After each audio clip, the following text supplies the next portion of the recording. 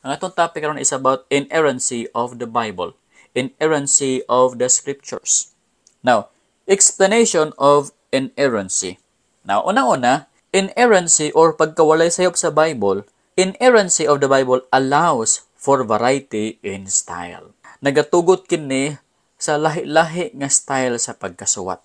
Lahi ang style sa pagsuwat ni John de Belove, lahi po ang pagsuwat ni Luke, lahi po ang pagsuwat ni Paul. Pero wala sila sa iyop tanan. Si John usa ka unlearned fisherman. Ang iyaha nga style sa pagsuwat simple lang kay mangingisda man lang siya.